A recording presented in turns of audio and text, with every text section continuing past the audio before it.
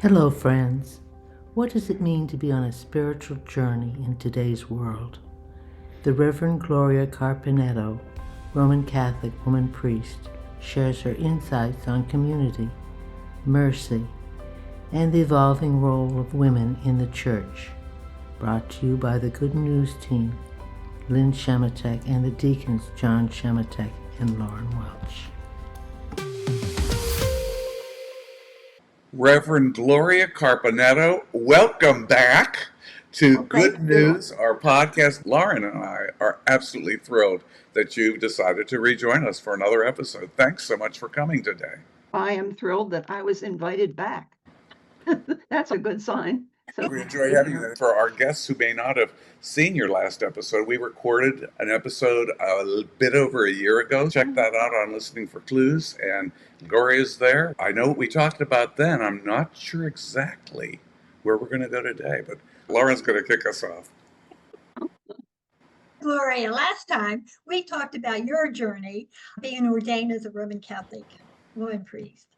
And today we'd like to hear what you, as a priest for 18 years in the Roman Catholic Church, feel Pope Leo's influence will be from his Augustinian background, his theology, spirituality. What would his influence be on the Church?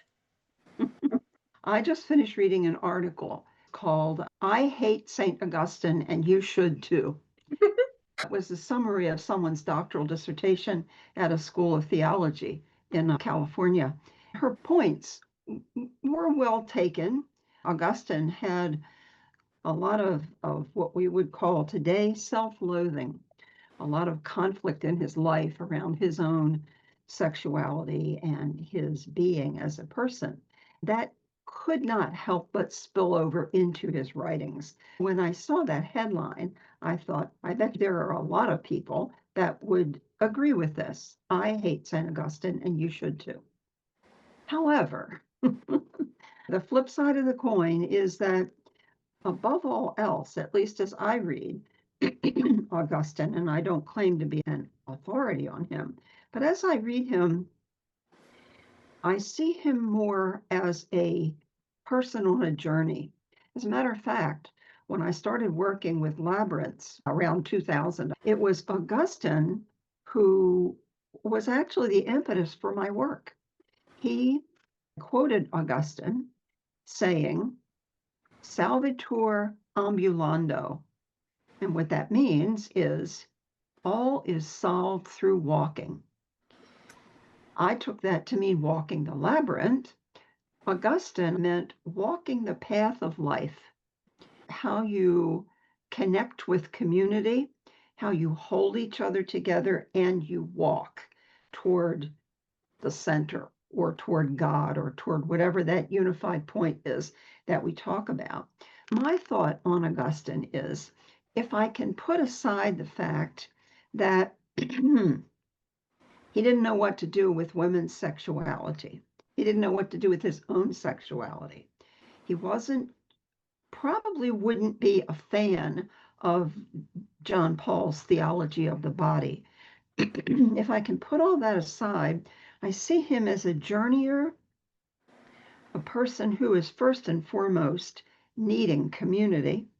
When he was named a bishop, one of the conditions of his accepting that acclamation in the church was that he be allowed to form a community, a monastic community within the bishop's residence where he lived, so that he would always have brothers with him. That was the beginning of the Augustinian order that Leo is a member of today. Augustine strikes me as a traveler on the path to God, needing community, stressing that in his language, he talks about the city of earth and the city of God.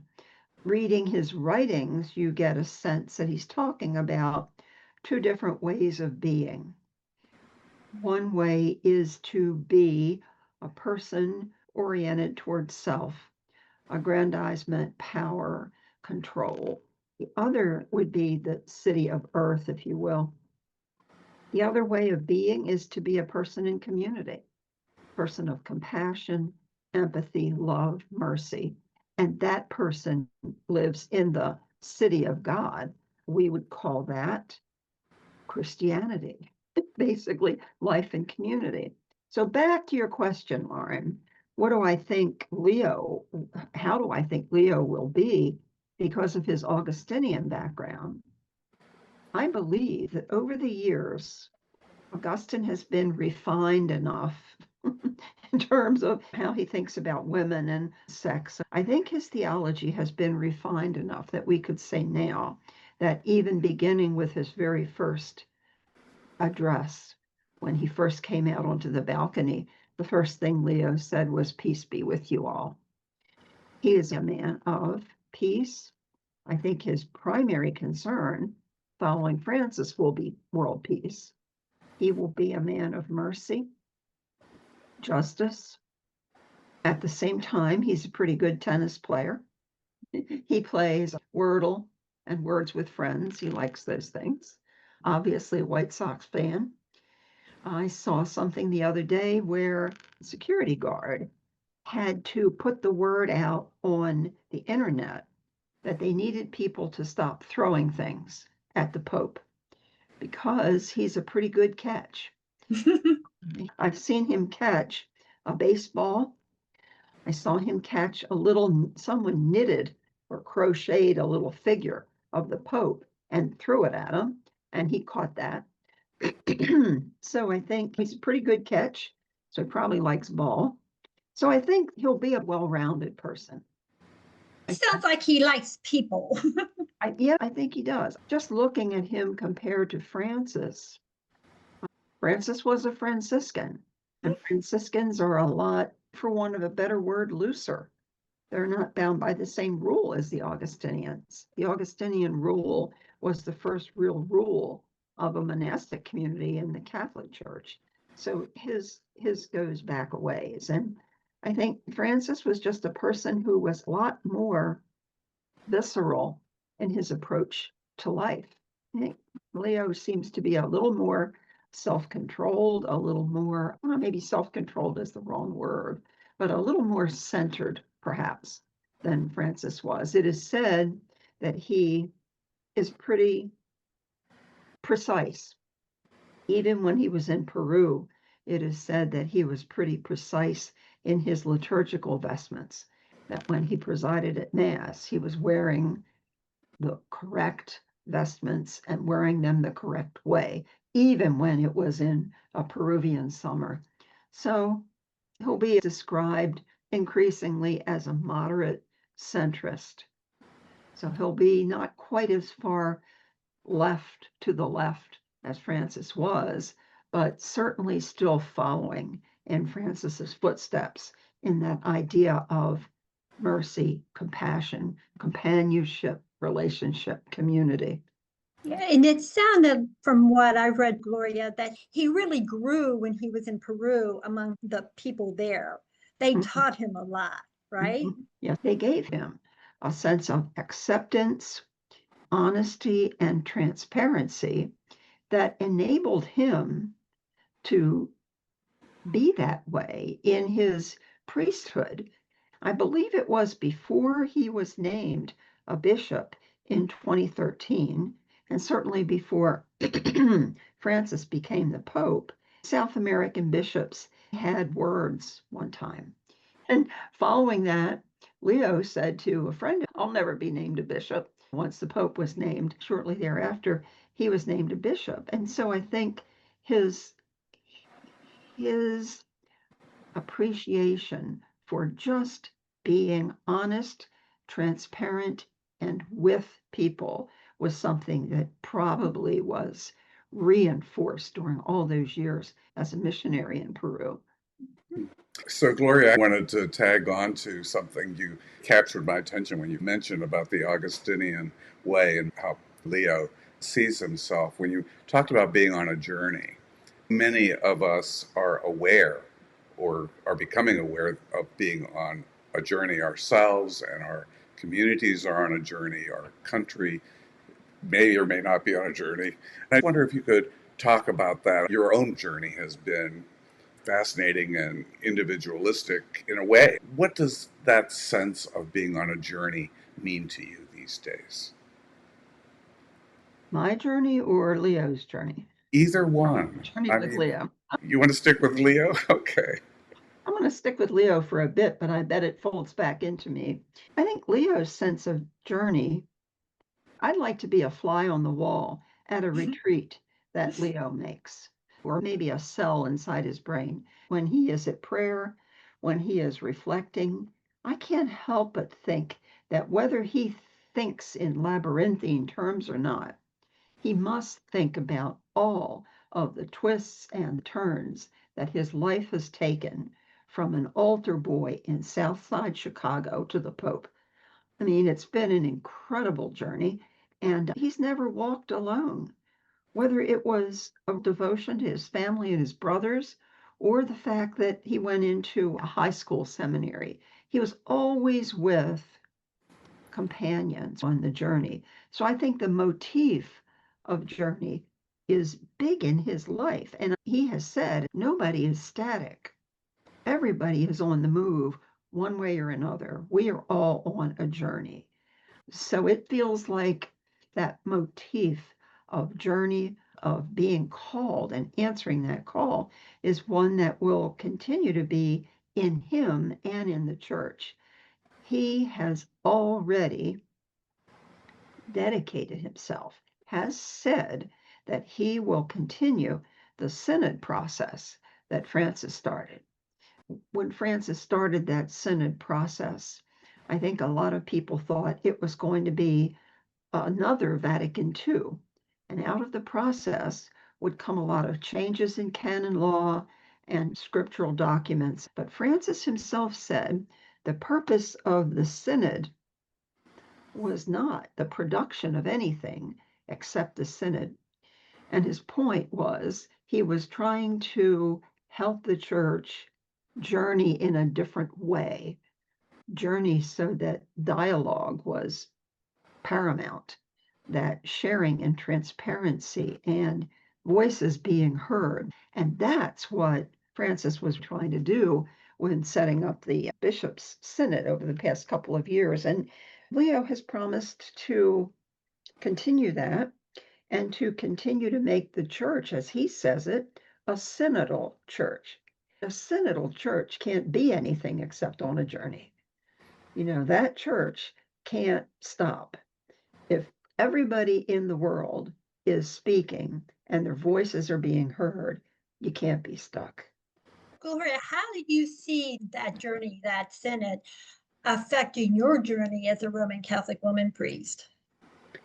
I can't speak for all Roman Catholic women priests because we all are on a continuum like any group. But for myself, I appreciated that Francis did a pretty good job of holding the center in the church, holding all the factions together. He couldn't deal with every single issue at one time. As a human being, I think he sidestepped a lot of issues. But I think that Leo will do the same thing. As a Roman Catholic woman priest, I don't hold the hope of women's ordination, for instance, anytime soon. But Leo has said, in a step beyond Francis, that he wants the study of the possible ordination of women to the diaconate to continue, and he wants to see that report soon. So he may be taking steps beyond Francis. I don't think we'll see women ordained in the Roman Catholic Church, but I trust the Holy Spirit. You know, if women were ordained today, God knows what will happen to the whole church. But I think that issues that are being addressed, synod, world peace, the proliferation of arms, our unknown future with AI, all of those things are certainly on the Pope's plate right now. And on that plate is women's ordination. For myself, as long as I see that he is continuing the synod, continuing to, as the Pope, push for a synodal church, and continuing to have the courage to address people as he has, individual people, presidents, kings, vice presidents, whomever, in a prophetic voice. I'll be happy. I really don't have anything to say about it because I'm excommunicated. So I think that excommunication, as you may know, happened automatically when I was ordained. It's in the Code of Canon Law that women can't approach ordination. And if by chance they find somebody that will ordain them validly, they are excommunicated, as is the person who ordained them. Well, that's all canon law. Roman Catholic women priests will feel about that as they do. Since the church is so much a family to me, I was baptized when I was 4 days old. Talk about cradle Catholics. 4 days old.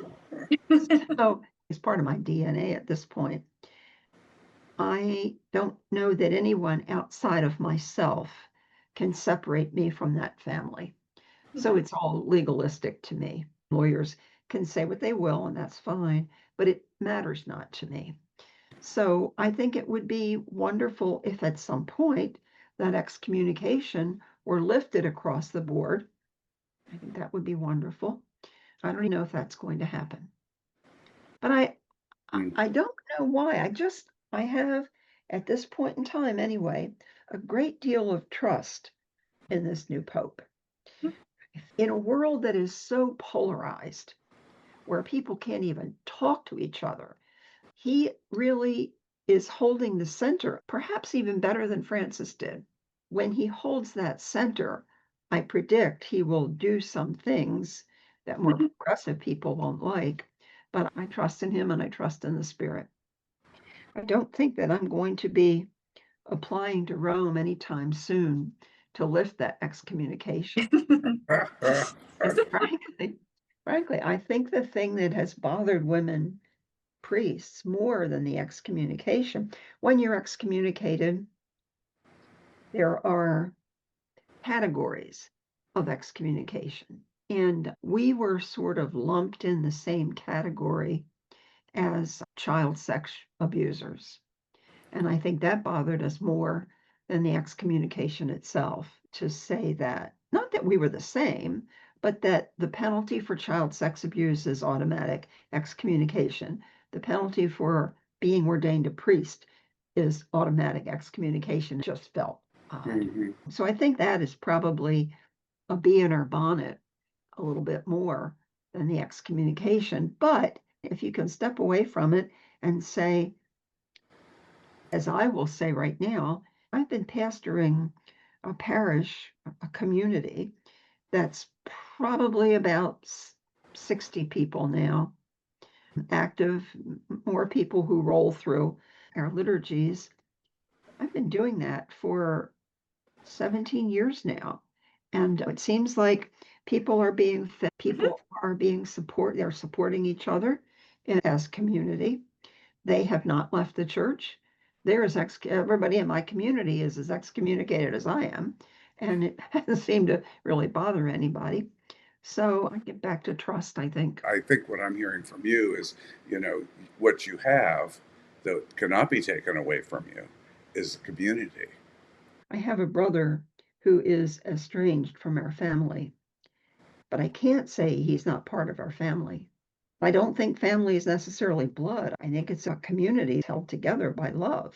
And I just don't feel as though he is not a part. And that's a kind of a wonderful message for folks. And these days, it seems like almost every family has someone that is estranged. But it's wonderful to realize that they can still be considered a member of the family. They still are family. Again, back to this motif of journey. Everyone's on a journey. And just as for instance, my brother's journey, taking him where it's taking him, well, that's his journey. The same as mine. And I hope that the Pope realizes that in this church, that there are people on different journeys, but they are still part of the church. Well, it certainly sounds like he's open to listening to people. And that has not always been what first comes to mind when you think of the church. Yeah. That they want to listen. If he does that, he will be able to allow the Spirit to move in ways that maybe none of us can think of. Certainly those years as a missionary, years lived in a rectory. They were not years that were lived making pronouncements from on high. They were years that were lived in community with people, listening to people, working with people. And I cannot believe that he would leave that behind just because he's moved to a different job. This whole commitment to synodality in our Living Water community, when the Pope first called the synod, we were obviously not invited by the Archdiocese of Baltimore to any of conversations and listening sessions. So we did our own, and we reported to the diocese, and we sent ours to Rome, and ours were included. There was a bulletin, an electronic bulletin board somewhere. I never saw it. Andrea Johnson, our bishop, did. And our results from our little Living Water community were there on the electronic bulletin board. In a way, it was just that something was posted, but in another way, it was that something wasn't thrown away. Something wasn't tossed because we weren't part of it. We were part of it. We are part of it. So I, again, think that while Francis may have, he certainly didn't coin the word synodal, but while Francis may have pushed synodality, I think that Leo is going to put the icing on that cake. Where Francis left it, Francis set a wonderful model. He got the whole process going. He did wonderful meetings in Rome around tables with clerics, specifically requested not to wear their clerical garb. He did everything he could to make this a flat and not a hierarchical process. Where it seemed to break down was at the local parish level, whether people were too far removed from the center of power or too busy. There's a priest in Baltimore now who is responsible for 7 churches that closed. Wow. Tell him, have some synodal listening sessions every Tuesday. Yeah, try that. So whether it's really a foreign concept to have everyone's voice be heard equally, I don't know, but I think that is Leo's challenge. To finish the process that Francis put in place. You've mentioned several times Labyrinth or Labyrinthian, and I know you've done so much with the Labyrinth, as has Lauren. Not so much for me. What I'm wondering about is if I were to plot or sketch out my own journey, the way I've been kind of thinking or programmed to think, I'm thinking more of a linear kind of a thing. Step back, step forward, but heading now into advanced years and knowing what's ahead is certainly much less time than what's past.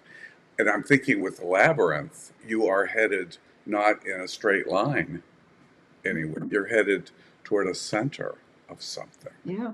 You're And headed toward, wouldn't that be a remarkable thing to consider?